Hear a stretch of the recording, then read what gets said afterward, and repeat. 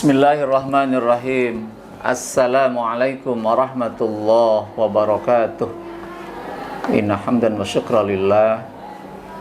Amma ba'd. Para siswa kelas 12 SMA Negeri 4 Kabupaten Tangerang yang dirahmati Allah, alhamdulillah kita bersyukur kepada Allah karena sampai detik ini Allah masih mencurahkan rahmat dan nikmatnya kepada kita sekalian, sehingga kita hari ini bisa berjumpa dalam kegiatan pembelajaran pendidikan agama Islam. Dan pertemuan hari ini kita akan membahas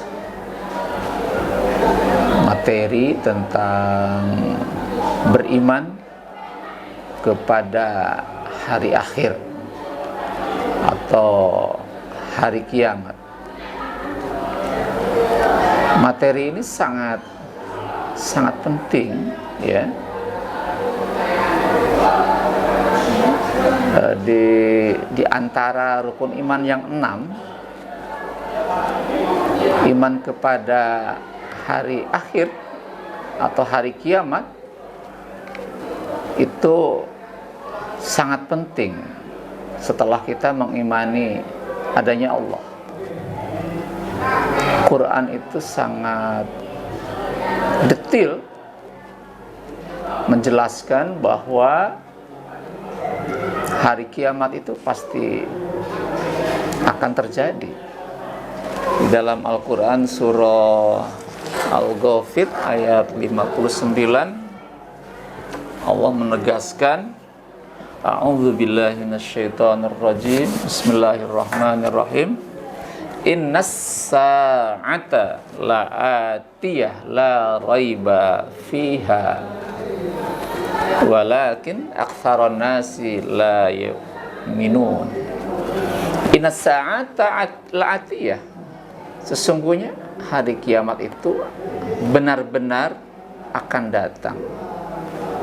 La atiyah, benar-benar akan datang. La raiba fiha, tidak ada keraguan di dalamnya, pasti akan datang.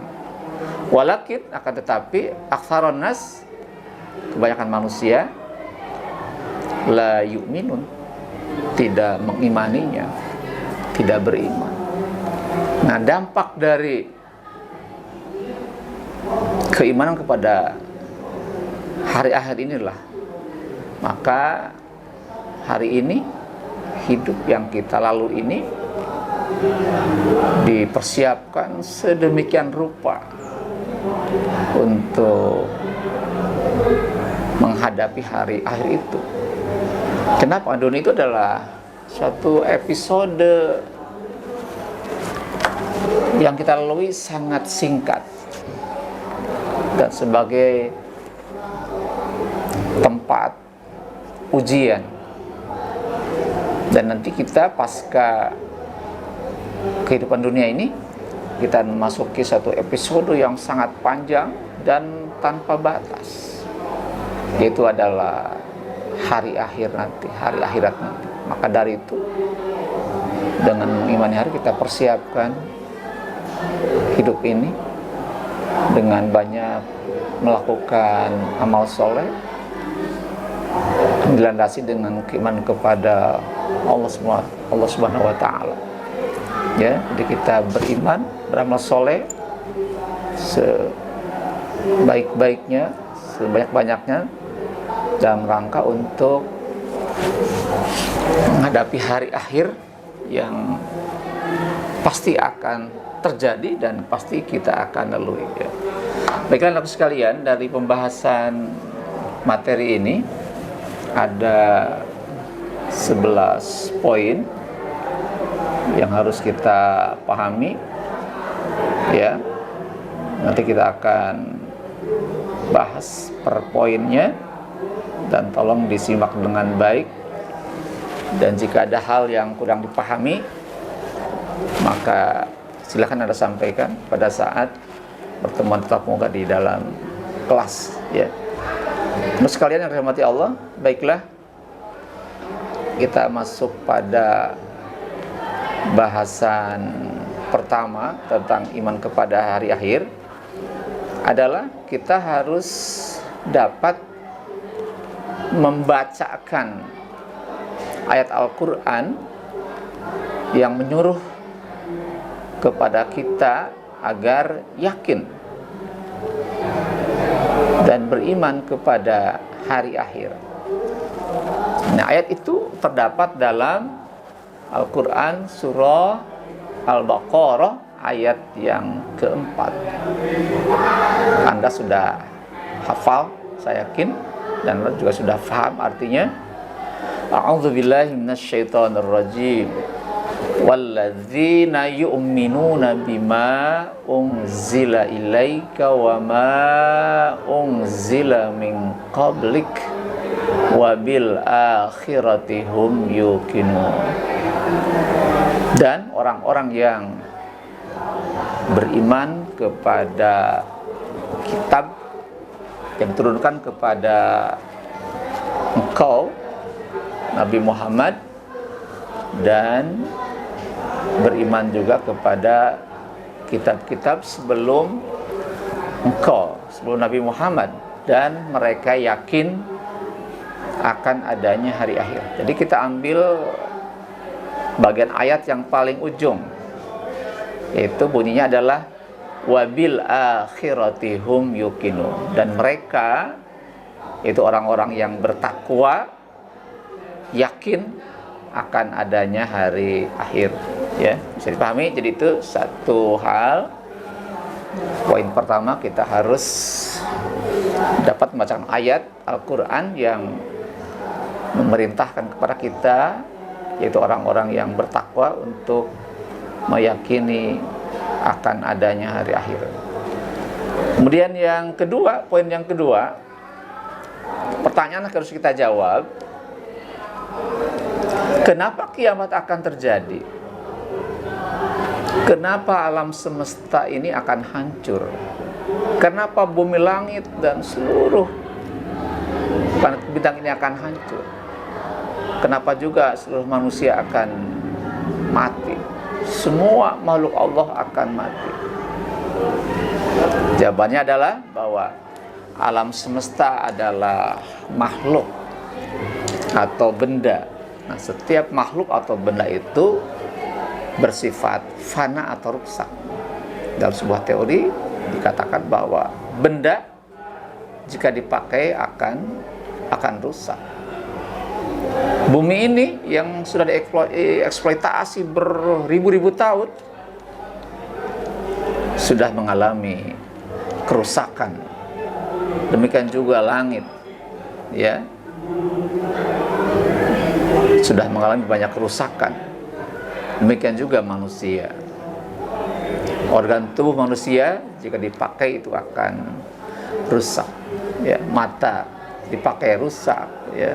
Pendengaran akan rusak. Demikian juga jantung, liver, ginjal, seluruh sistem dalam tubuh manusia kalau dipergunakan itu akan mengalami kerusakan, dan ujung-ujungnya adalah kematian, ya. Kematian itu pasti akan terjadi karena secara fisik terpakai itu akan mengalami kerusakan. Itu nomor dua. Jadi kenapa kiamat akan terjadi? Karena alam semesta ini adalah makhluk atau benda, dan benda jika dipakai akan mengalami kerusakan. Kemudian yang poin ketiga, untuk apa Allah menciptakan hari akhir? Untuk apa Allah menciptakan hari akhir? Selesai kiamat, ada fase yang kita akan lampaui, ada alam barzah, ada yaumul ba'ats, dan seterusnya akan kita lampaui. Untuk apa Allah menciptakan hari akhir itu? Pasti jawabannya adalah untuk apa? Untuk mempertanggungjawabkan seluruh amal perbuatannya ketika di dunia. Jadi kiamat, hari akhir Allah ciptakan untuk bagi kita ya, bagi manusia adalah untuk mempertanggungjawabkan seluruh amal perbuatannya ketika hidup di dunia. Maka dari itu, anak sekalian, kita semua mesti berhati-hati dalam berbuat. Jangan semua dilakukan bagaimana dampaknya, bagaimana akibatnya nanti, ya. Karena tadi setiap perbuatan baik maupun buruk itu harus dipertanggungjawabkan di hadapan Allah. Maka jagalah, berhati-hatilah, hindari perbuatan-perbuatan yang buruk, yang Allah haramkan, yang Allah cegah, dan kita senantiasa melakukan hal yang Allah perintahkan, Allah suruh, ya kita lakukan. Karena setiap perintah itu akan baik, ya, berdampak baik bagi kita semua.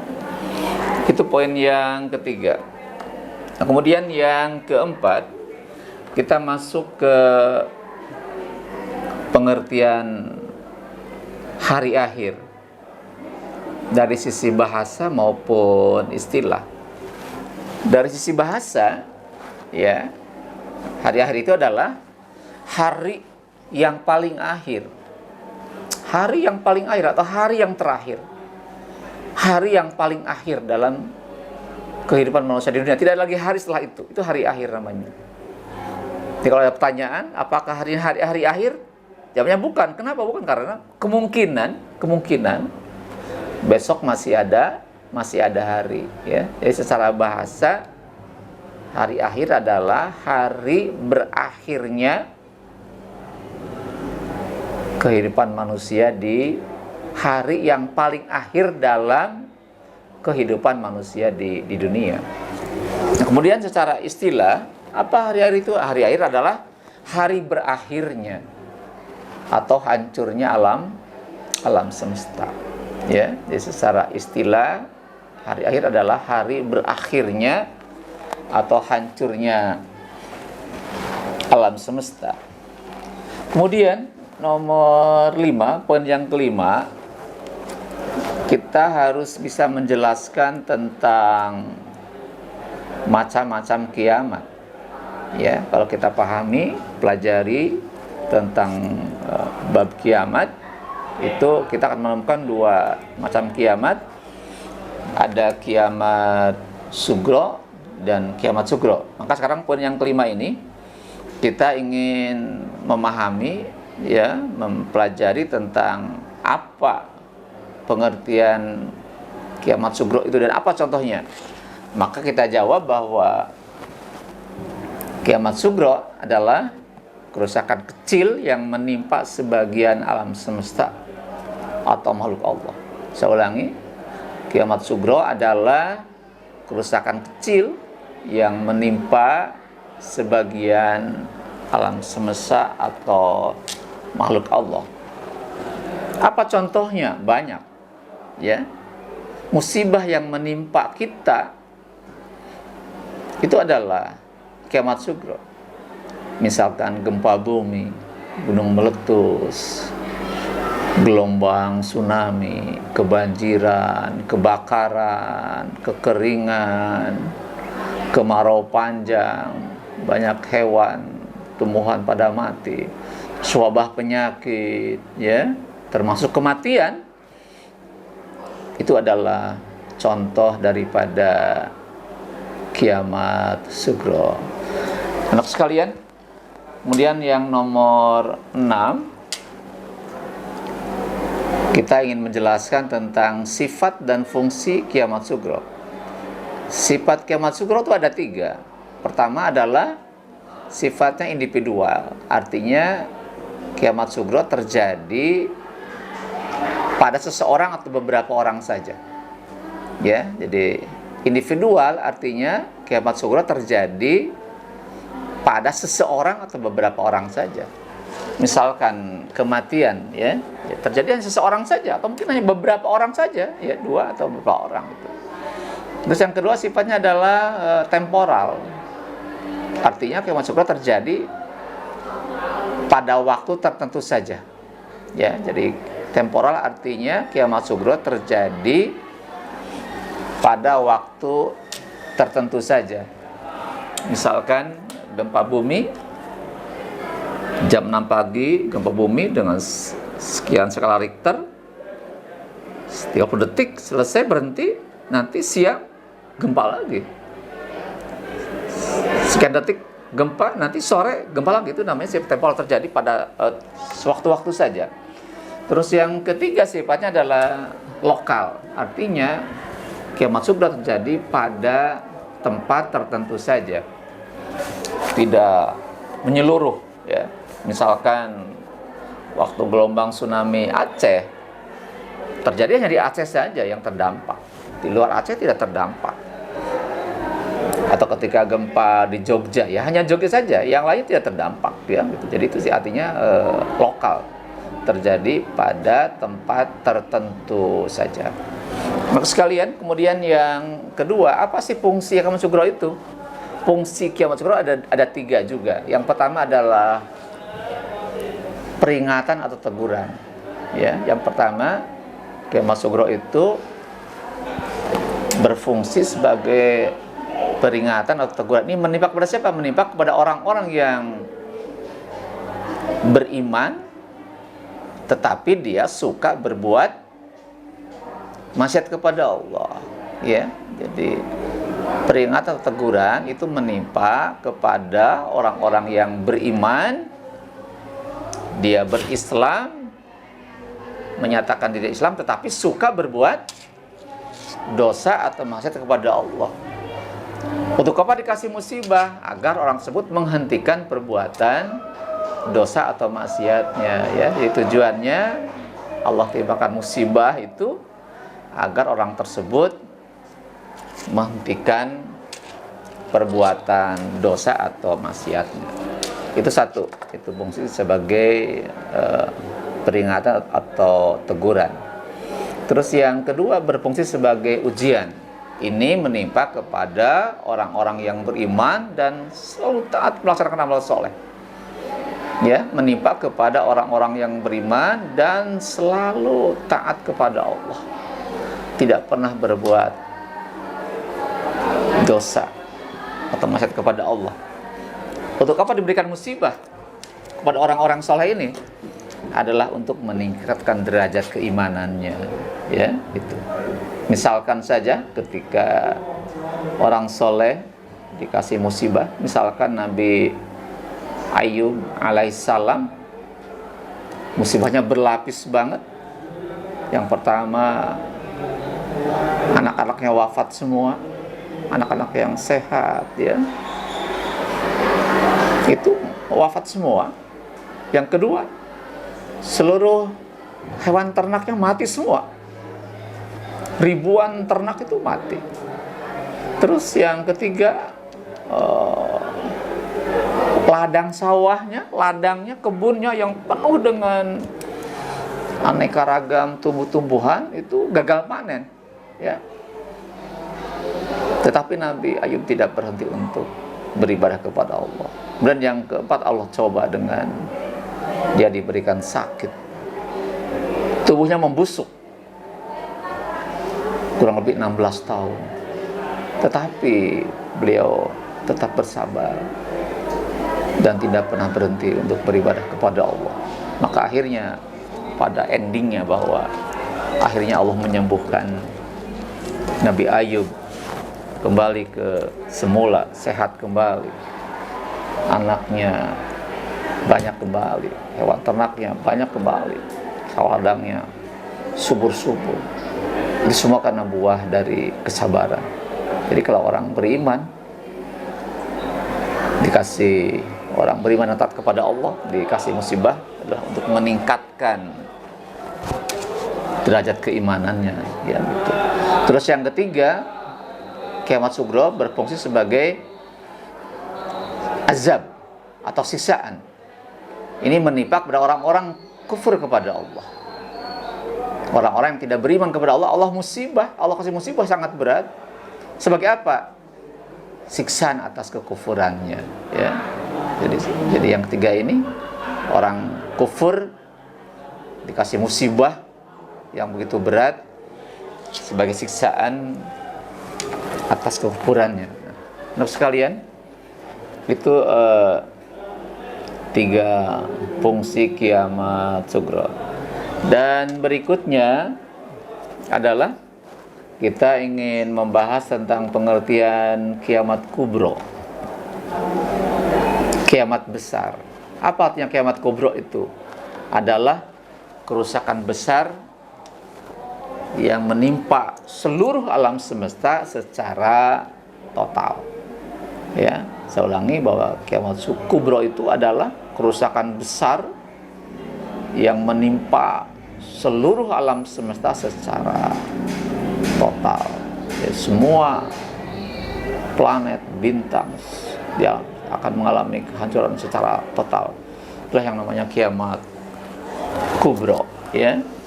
Nah, kapan kiamat yang akan terjadi? Yang tahu hanyalah Allah. Wallahu a'lam. Allah yang lebih tahu. Hanya Rasulullah dikasih informasi saja tentang apa tanda-tanda kiamat kubro itu, ya. Itu sudah Rasulullah diberikan pengetahuan tentang itu. Tapi kalau kapan kiamat kubro ini akan terjadi, maka itu adalah rahasia Allah. Ya, tapi yang pasti itu pasti akan terjadi, akan datang kepada kita. Innas sa'ata la'atiyah la raiba fiha. Sesungguhnya hari kiamat itu pasti akan datang, dan kita berupaya untuk mempersiapkan diri untuk menghadapi hari akhirat itu dengan banyak beramal soleh, beribadah kepada Allah sebaik-baiknya. Nah, sekalian, kemudian nomor 8, poin yang ke-8, kita ingin membahas tentang bagaimana gambaran kiamat kubro menurut Iptek. Ya, bagaimana gambaran kiamat kubro menurut Iptek. Nah, kita ambil sebuah teori yang disampaikan oleh pakar Iptek dari LIPI yang bernama Profesor Dr. Haji Ahmad Baikuni MSc. Dia adalah pakar LIPI, ya. Dia menyampaikan ada 4 skenario tentang kiamat kubro ini. Yang pertama adalah habisnya energi matahari.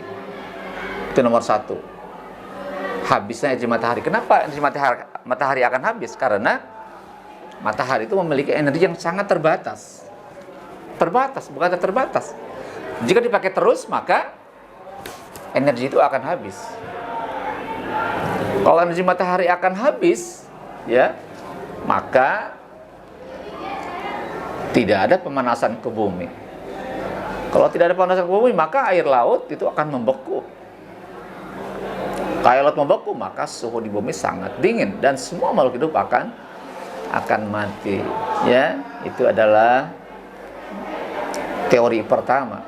Skenario pertama tentang kiamat terjadi, yaitu habisnya energi matahari. Terus teori yang kedua adalah penyebabnya habisnya hidrogen di bumi. Habisnya hidrogen di bumi. Fungsi hidrogen itu adalah untuk pemanasan di bumi, sehingga bumi memiliki suhu yang stabil, dan manusia itu makhluk hidup akan bisa bertahan hidup. Nah, ketika menjelang kiamat ini, hidrogen itu akan habis. Otomatis tidak ada pemanasan di bumi. Akibatnya tadi sama dengan yang pertama, air laut akan membeku, suhu sangat dingin,